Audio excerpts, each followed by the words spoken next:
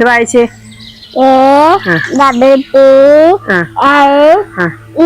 എന്നതാ?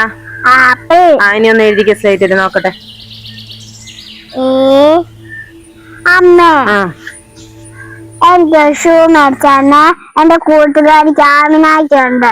എന്നാ shoe? Light കത്തുന്ന ഷൂ. പിന്നെ നാളെ കറണ്ട് ബില്ല് അടിച്ചില്ലെങ്കിൽ ഇവിടെ വീട്ടിലെ ലൈറ്റ് തന്നെ ഓഫ് ആവും. അപ്പോഴല്ലേ നിന്റെ ലൈറ്റ് കത്തുന്ന ഷൂ. എഴുതാങ്ങോട്ട്. അയ്യോ, എന്റെ കറി അടുക്കി പിടിച്ചെന്നാ തോന്നുന്നു. ഇത് പിടിച്ച്.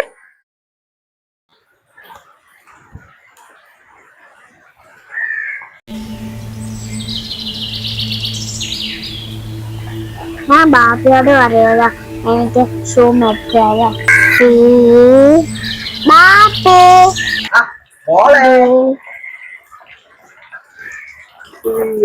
എന്നാ ഒരു മഴയടി. എന്നാ പഠിക്കുന്നേ? ഷൂ എന്റെ പൊന്നു മോനെ, ഈ ആഴ്ച പൈസ ഇല്ല മോനെ വാപ്പിയുടെ കയ്യില്. അടുത്ത ആഴ്ച മേടിച്ചേരാം കേട്ടോ. കിട്ടിയില്ലേ? അപ്പൊ നാളെ ലോൺ അടയ്ക്കണ്ടേ? നിങ്ങൾ രാവിലെ ഇതൊന്നും അല്ലല്ലോ പറഞ്ഞിട്ട് പോയത്. നിങ്ങൾ പറഞ്ഞിട്ടല്ലേ ഞാനത് എടുത്തത്. ശരിയാ, ഞാൻ പറഞ്ഞതാ. പൈസ ഒന്ന് കൈ കിട്ടണ്ടേ?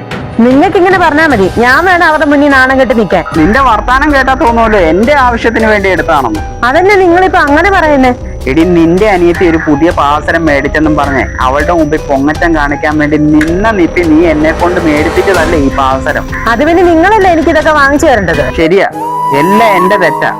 എന്റെ ബുദ്ധിമുട്ടുകളും പ്രയാസങ്ങളും ഞാൻ എങ്ങനെയാണ് ഈ കുടുംബം മുന്നോട്ട് കൊണ്ടുപോകുന്നതെന്ന് നിങ്ങളെ അറിയിക്കാതിരുന്നതാണ് ഞാൻ ചെയ്ത ഏറ്റവും വലിയ തെറ്റ്.